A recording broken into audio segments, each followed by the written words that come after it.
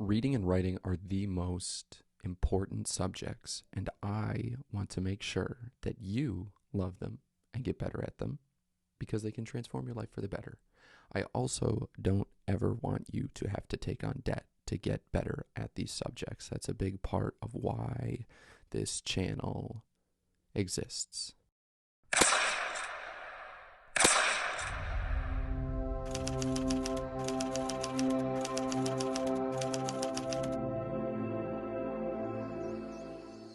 Okay, hello everyone. Welcome back to my channel. I'm Sam. If you're new here, this is just a quick video, maybe not super quick, but I want to give you an overview as to the project of this channel. I'm doing this because I saw a video from a creator I stumbled upon recently whose channel is growing, and I think he does a really great job, so I'll give him a quick shout out. Brandon's Bookshelf. So if you haven't checked him out already, I would check him out. The title of the video that I'm kind of lifting these questions from is Booktube Newbie Tag, Brandon's Bookshelf, Get to Know Me. I realized that the last time I did a video like this was a really long time ago. It was about a year ago, around the time when I started, and it feels like a good time, an appropriate time to do this, or to try doing it again. I recently got a new microphone. This is the... what would you say? I can't think of the right word. This is the prized possession, gem, something of mine. So very happy to have this thing. Excited to use it. I have a green screen behind me.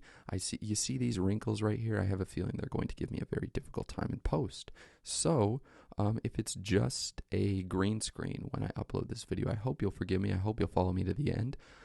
And if not, I understand. So let's get into it. Let's try to make you a better reader, writer, thinker, speaker, etc.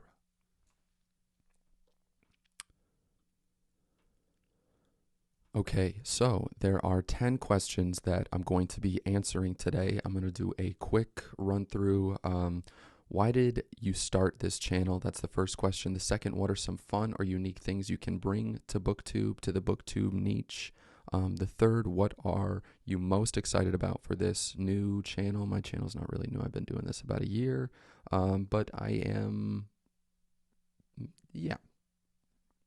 moving on. Why do you love reading? That's the fourth question. The fifth question, what book or series got you into reading? The sixth is, what challenges do you think will be the hardest to overcome? 7, when did you start reading? 8, where do you read? 9, what kind of books do you like to read? And 10, what does your book collection look like? So these are the questions I'm going through. I hope you'll strap in with me, and if you enjoy this video, if you find anything useful, if you have any questions about reading or writing, let me know in the comments, because my goal is to help you harness the powers of these skills, of mankind's oldest intellectual tools, so that you can actualize your full potential and achieve your goals. So I'll get into it. I'll kind of riff. I tend to speak associatively and to go all over the place, so I hope you'll bear with me. And anyways, I'm going to stop that. So trying to get better at cutting myself off. So we'll see how that goes this video. Famous last words, 4 minutes in, and all of a sudden this will be like a 40-minute video, but we'll see, maybe not. Anyways, question number 1.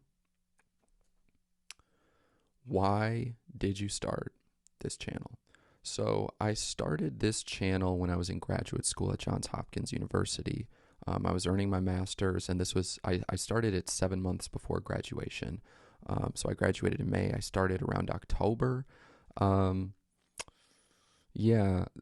I started the channel because it's a long story. I'll try to make it as brief as possible. I was fortunate. I was in an MFA program for my fiction writing at Johns Hopkins. I taught undergraduate English courses, creative writing courses,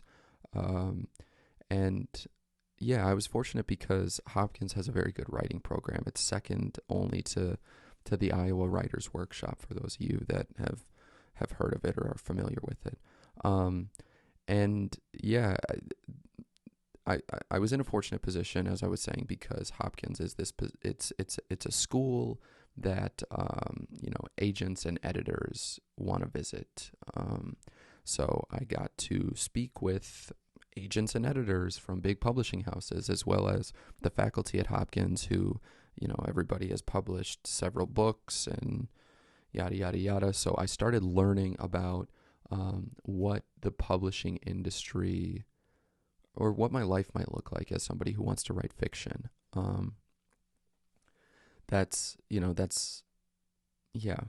I started learning about it, and I basically found out that as should I publish my first, when it does come time to publish my first book, that if I go through a major publishing house, I'll basically be getting 1 to 4% on, from every copy that's sold. So say it's a $35 hardcover first edition. What do I get from that? I get 35 cents to $1.40, 1 to 4%, and the publishing house takes everything else. So, I'm kind of the classic. I have that classic Zoomer perspective, I would say, which is like I don't trust institutions, don't trust big corporations, and just the thought of me burying thousands of hours into a project only to have a publishing company take 96 to 99%.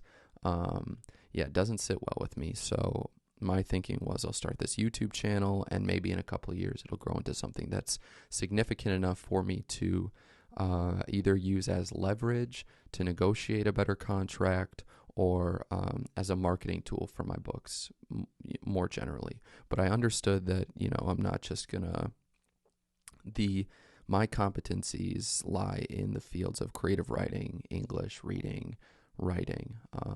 I've taught these classes at, at the undergraduate level, and that's kind of what I understand. That's what I know best. But I understood that, I would have to make content in a way that leans toward the educational side of things, because I got to provide a service. I'm not just going to be able to build an audience. So that's what I'm doing. That's what the project of this channel has kind of always been, is communicating what I understand about reading, writing, and the English language, so that I can help other people,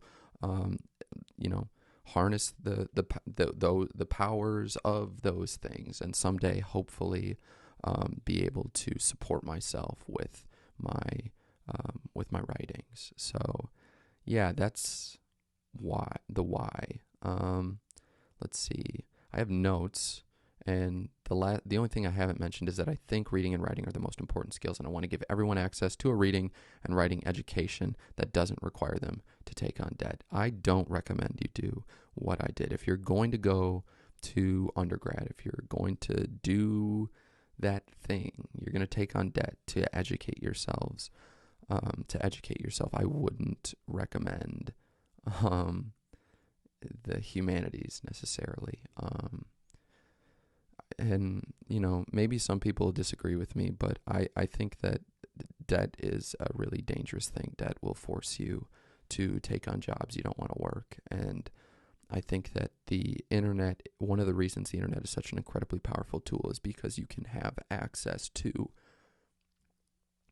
not necessarily you're not going to get your taxi medallion, university diploma, but you can get the skill. You can learn the skill on YouTube, and that's kind of what I recommend for anything in the humanities. Now, not everybody's in the same position I was. Maybe you're comfortable with doing it. Maybe you don't mind. Whatever the case is, that's just my opinion. So if you disagree, if you agree, let me know in the comments, and I'll type you paragraphs. I've said this in other videos, but I try to go as hard as I can in the comments. Sometimes it takes me a little while to get back to people, but I do get back to them, and I try to make it worthwhile. So anyways, spent a long time on the first question. Question 2, let's keep going. What are some fun or unique things you can bring to Booktube? So I don't really know anything about this niche. I only found out about it recently when I started trying to figure out why basically the videos are hovering around no views. Anyways, that's kind of a self-report, but it is what it is. So, fun or unique things. I unlike many of the people in this community, don't have a bookshelf behind me. I don't know when I will have a bookshelf behind me, so that's something fun and unique, but bear with me because I'm going someplace with this. I'm peasant stock, so I can't, right now, I don't really have a place to put the books. Don't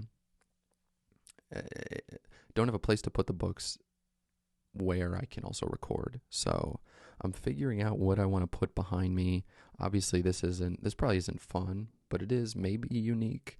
I guess there's like 50,000 people in this niche, and everybody I see has a bunch of books behind them, which just makes me like, it just makes me feel like I'm playing a losing game, but it is what it is. I will continue to self-report throughout this podcast, this video, whatever you want to call it, as well as many others. So maybe you get used to it. Maybe I can somehow make this funny, but we're going to keep going. So unique things, like getting down to it, I think the reality is, and this is nothing against anybody else, but I do think that the overwhelming majority of content creators who I've seen who are kind of in this niche, I think they offer, like, I don't know, I don't like talking like this, but I gotta answer the question somehow. I think a lot of the videos I see tend to pose real entertainment value, and I really want to produce something that's educational, to produce and hopefully entertaining as well, but to produce something that, if you pay attention to it long enough, it will help you get better. So that's my goal. I'll explain the schedule in a little bit. Where is it coming up? Yeah, I can't remember where I said I would talk about the schedule, but that's coming up soon. My point was that if you watch these videos, it is my goal, my mission to help you become a better reader, a better writer, a better thinker, and a better speaker. So educational value, and hopefully something that isn't so boring that you want to run away and never come back. So anyways, all right, that answers that. Question number 3, and we're 12 minutes and a half in. Okay, cool. All right. What are you most excited about for this new channel? So again, not a new channel. I have like 100 videos. I've been doing this for like a year. Well, yeah, like a year now, a little more than a year. 13 months. I got a new mic. I'm very excited about that because I think this means that I will be posting more. I got a new mic and some audio equipment. So yeah, I was spending a lot of time, if you look back on the videos that I've put out over the last, what would it be, 12 weeks, 3 months? I can do math.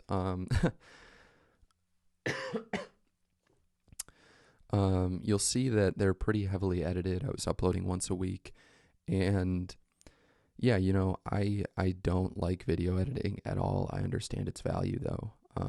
But at the end of the day, it was just kind of making me a little bitter, the fact that I felt like I was giving significantly more time to the editing process than to the actual content itself. So preparing to do one of my education without walls lectures outside, it might take me, a couple hours, but editing one of those videos would never take me less than like 20. So that's, yeah, something. But yeah, so hopefully now that I have this new mic, I can start uploading more consistently. Now is probably a good time to talk about the schedule. I really, really, really want to do 4 times a week. I don't know how possible that is. I don't know how likely that is. I'm going to do my best to maintain it. I want to do a Booktube Tuesday, and the first, I'll just do a quick run through of the first couple books/essays that I'm going to be talking about. So Booktube Tuesday, I'll be talking about books that have had a significant impact on my life that, kind of I'm always finding circling through my head. So the first is going to be In Search of Lost Time by Marcel Proust. I love that book. I'm still like slogging through it. I made a really good push in the summer, and then it just slowed down. So I'm like 3,700 pages in, and that book just follows me everywhere. I think about it every day, regardless of whether or not I'm able to get to it. So In Search of Lost Time, Crime and Punishment, Dubliners, Ulysses. Proust and Joyce are my 2 big guys. Those are the 2 writers that I'm kind of obsessed with and who are always in my head somewhere. Dostoevsky was very important to me as well. Crime and Punishment, important book. I've read all of Dostoevsky's great novels with the exception of Demons. Yeah, and I just think it's worth sharing. So hopefully with this series, this weekly series, I can hopefully with this weekly series, I can get you interested in these books. Or if not interested, I can kind of give you what I found to be most useful so that you can take it, run with it, and use it. Okay. Booktube Tuesday. The next one is Writing Vlog Wednesday. So this is going to be, there'll be essays all about the craft of writing, because I think writing is so important. And I saw something, I work for a nonprofit, a writing program in Wisconsin, and I'm the marketing coordinator. And I saw something recently because we have a youth writers conference that's coming up. And so I've just been trying to figure out like what is a good marketing approach. And I read an article recently that said 27% of Americans are graduating high school with less than proficient writing skills.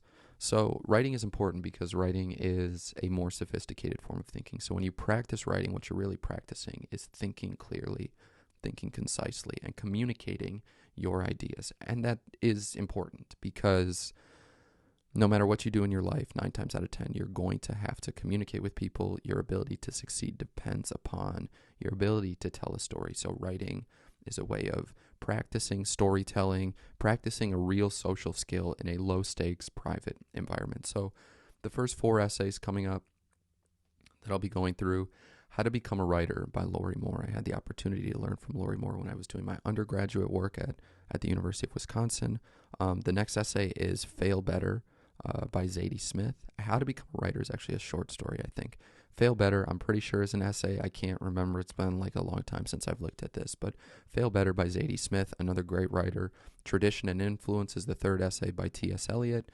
And let's see, this is a long one by Joy Williams. I love Joy Williams. If you've never read any Joy Williams, yeah, check her out. Like, so incredible, so amazing.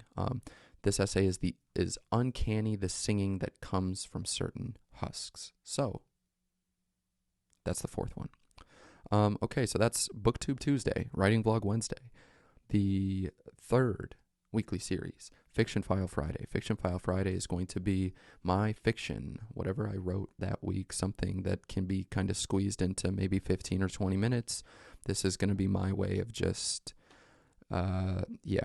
making sure that I am still writing. I've kind of stopped writing since I got a new job, since I finished grad school, and yeah, I miss it. And I think that, this is probably a good way of making sure that I continue to do what has brought me to this point. So, probably the first 4 weeks I'll be reading portions from my thesis, which, humble brag, disclaimer, I hate that I did a disclaimer before, but it was selected by Alice McDermott. For those of you who know who Alice McDermott is, she's an incredible writer. My thesis was selected as it was given a Johns Hopkins Thesis Award for fiction. So that's exciting.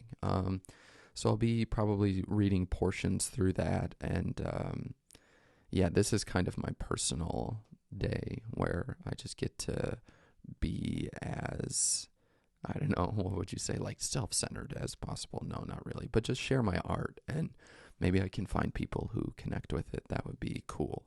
And then the fourth weekly series. So Booktube Tuesday, Writing Vlog Wednesday, Fictionphile Friday, Short Essay Sunday. Short Essay Sunday is the fourth one. So, Short Story Sunday. So we'll be looking at exactly what it sounds like. And I'll be, for this series, I'll be using the Norton Anthology of Short Fiction, which is what I used to teach at Hopkins. And the reason why I like using that book is because I'm pretty sure all of the stories are available online for free. So whether you want to follow along, or just get kind of the highlights, that's what we'll be doing. So the first 4 short stories are going to be I Want to Know Why by Sherwood Anderson, The second, A Burden by Wendell Berry. The third, Cathedral by Raymond Carver, a story I really, really like. And then the fourth one, The Enormous Radio by John Cheever. I never know how to pronounce his name. Sorry, somebody could roast me in the comments, and justifiably. But yeah, reading fiction matters for reasons that I will go over in the future. I feel very strongly about it, and people think that you can learn a lot from nonfiction and from philosophy, and I think that's true. I think you definitely can. I would never disagree with that, but I think that you can learn different things from reading fiction. So I'm going to try to show you what I think you can learn and maybe inspire you to take up the habit. So that was question 3. Maybe I'll have to trim this down, maybe stop sometime soon, around 30 minutes. We'll see. All right. So, I just finished. What are you excited about? Let's see. Why do you love reading? The 4th question at like 21 minutes. Cool. We're doing the thing. All right. Why do you love reading? What I'll say first is the uniqueness of the picture that's in our own heads. The story that we read belongs to us. This is something that I learned where did I learn it from? I think I was in undergrad, and I was kind of just beginning my journey with creative writing. And, I realized, I didn't realize it. Somebody, my professor explained it to me, Barrett Swanson, I think it was. Shout out Barrett, another great writer that I've had the opportunity to learn from. But the idea that, people could read the same sentence, we could read the same 12 words, and a completely different picture could be put in our own heads. And beyond that, I could be reading a scene in Swan's Way, in the Proust, in the Search, and let's say it takes place in a kitchen, and I see the kitchen of, I'm imagining the scene in the kitchen of my childhood best friend's house, for no reason other than, it's like the associative connection my brain made for some reason.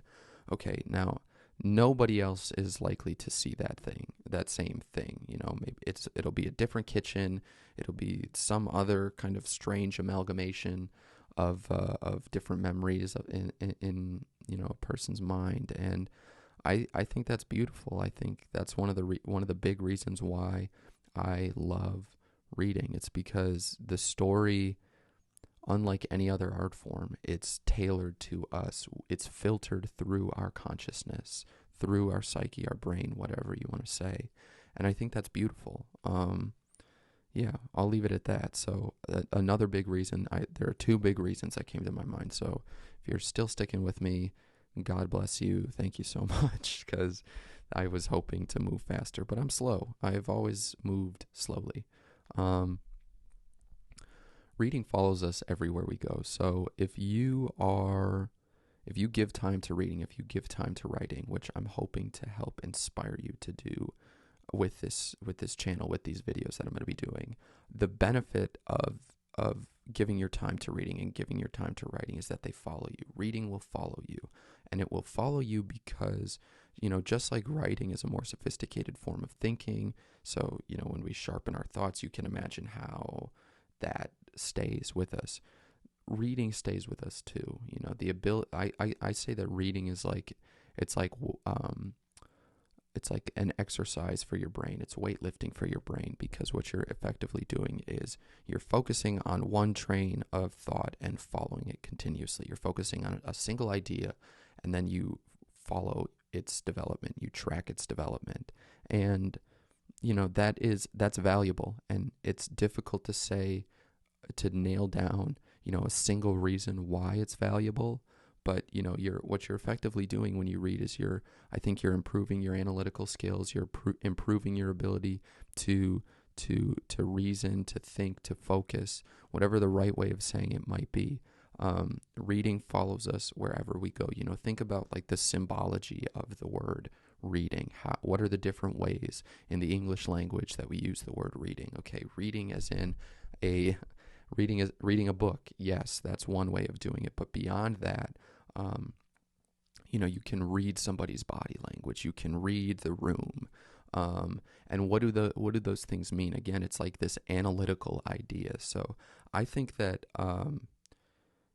giving our time to reading, it kind of colors our entire world. So that's the other big reason why I love reading, is because I think it's kind of one of these bedrock actions. It's one of these fundamental things, skills, whatever the right way of saying it is, that follows us everywhere, that improves the quality of our lives, and can make us into better people. So yeah, agree, disagree, comments, please. Anyways, let's see, where are we at now? Okay, so about 25:45. Wow, we are chugging right along. Okay, so I'll this will probably be the last question I'll do. For everybody's sake, I can wrap this up now, but what book or series got you into reading? So this is, yeah, I mean, I've always read. I grew up in a house of English teachers, but I feel like, my experience, like so many young people's experience, is not, I was exposed to many different kinds of art, the TV, the internet, these two things, these two mediums, storytelling mediums, I gave significantly more time to these two when I was growing up than I did to books. I'm sure there's obviously not like a number of hours given, but just imagining. So I didn't really, I always read books, I was always writing, but I didn't really get serious about either of them until I was in undergrad, until my freshman year of undergrad at the University of Wisconsin, when I bombed, and I do mean bombed, my first math exam. I got a 16%, and I, yeah, a 16%. I told myself that I was going to do the business major thing, that I was going to be some businessy guy. And then I was taking an entry-level math course, and I got killed. So, yeah, after that, I realized that I had to do something that I cared about. And fortunately, I've had good teachers. I've had teachers who are willing to tell me what I'm good at. And the feedback I got from a lot of teachers over the years was that I'm good at creative writing and telling stories. So bombed the math exam, realized I was going to have to do something that I cared about, and then I got into creative writing. And the book, to answer this question, this is a very long lead-in, but is On Writing by Stephen King. I feel like the voice cracks are going to be so bad now. I'm voice crack prone, and now that I have this mic, they're just going to be made even worse, I'm sure. On Writing by Stephen King. This is a book that I've talked at great lengths about in the past. I talked about it on Washington Island with my dogs. On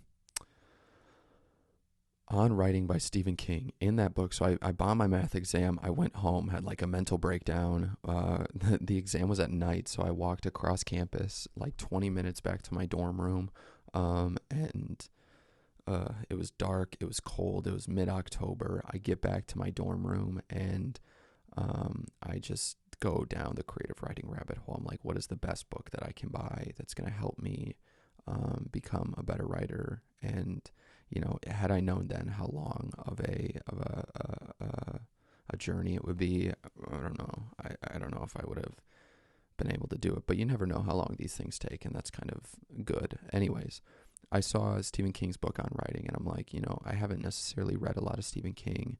I'm not necessarily I'm into more literary fiction, but I respect the hustle. Anybody who writes as many books as Stephen King has, who sold as many copies as he has, I respect the hustle. So, On Writing, I picked it up, I bought it, and I read through it. And in the book, he said that if you want to be a writer, you need to read 5 hours every day and write for 3 hours every day. So my freshman year of college, I started doing that. I started, reading 5 hours a day and writing 3 hours a day. And I just did that for 4 years and I got no returns. And then suddenly Hopkins happened. I got accepted into an MFA program right out of undergrad. And that's what got me into reading. I realized that if I wanted to make this writing thing happen, then I was going to have to give a lot of time to reading. And yeah, it's like anything else. If you want to be good at whatever the skill might be, a single skill is not unidimensional, it's multidimensional. So to be good at writing, you have to be good at reading. To be good at reading, you don't necessarily have to be good at writing, but like they're connected. That's my point.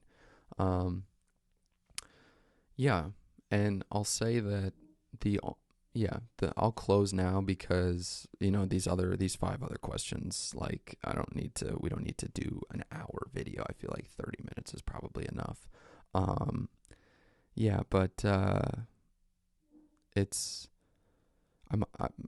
just gonna, the outro will begin now. And I'll say that, I care about, I don't necessarily know who you are and don't know where you are, but I care about, I want to help make you better. That's what I'll say. Whatever your goals are, I want to help you accomplish them. I miss teaching at Hopkins. I miss feeling like I was making people's lives better every day. And that's kind of the community that I'm hoping to foster here. I want to help you become a better writer, become a better reader. And I hope that if we can grow, that this is the kind of thing where, my channel will be the place that people can come when they want to either become writers or when they want to become better readers or better writers or better thinkers. So that's my plan. And if there's anything I can do to help, if there's any questions you have, I hope you'll send them my way. And know that I appreciate the time and attention that you give to this channel. And I don't think I'm forgetting anything. I'll shout out Brandon's Bookshelf one more time for posting or introducing me to the Booktube Newbie Tag. So shout out to him. And I'll leave by saying I hope you have a great rest of your day, and I will see you next time.